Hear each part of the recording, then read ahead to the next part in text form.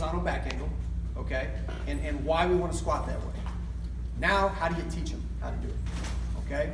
And I'll answer one question that may come up, or it may come up when I'm gone and your athletes are squatting, is, Coach, what about, would that put a little bit more pressure on their low back? Yeah, you bet. Absolutely it would. But we're humans and we adapt to stress. So as long as they don't get under the bar and try to put 60 pounds on there that shouldn't be on there, their back will adapt. And what you're going to end up with is kids who have stronger lower backs, not weaker lower backs. Okay? Less problems down the road. Okay? So that's one thing. The first thing that we're going to, where's John? Oh yeah, come on, John. I know. You might be sorted down. Okay? So I'm going to face John. He can face the rack. That's fine. You don't have to be in there yet. You step back a little bit. Right there, perfect. Okay? So the first thing I do with them is I get them unloaded. Okay? This is my best way to teach this. And the reason I want to do this is because I want to teach them the proper depth and the proper back angle before we even get to the bar. Because if I put them under the bar and then I'm like, hey, I need you to bend over. Hey, I need you to go lower. They're like, Coach, you suck. I've got this weight on my back, trying to figure out how to squat. I don't feel like I'm in a great place. Okay? So to help them, we want them to at least to be able to do it unloaded.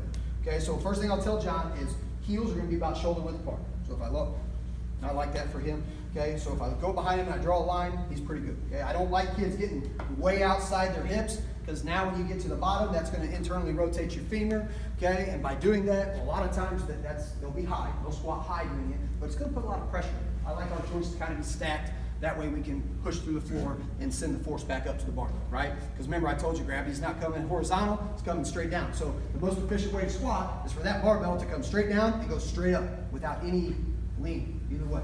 Okay, so that's what we're looking for. Good stance is always the way we start. His toes, I would tell him about 30 degrees. That's not bad, but I'm gonna turn them out a little bit more. Okay, Coach, you don't squat in your football stance? No, I don't. Okay. I love it. Okay, all right, but I'm gonna turn his toes out. I'm gonna turn his toes out. Why? Because I'm not worried about his football stance right now. I'm worried about getting him to squat to depth using the most amount of muscle mass through the longest effective range of motion with the most amount of weight. So I don't care about his baseball stance, his football stance, or anything like that. Okay? Because this is not baseball or football right now. Okay? That makes sense?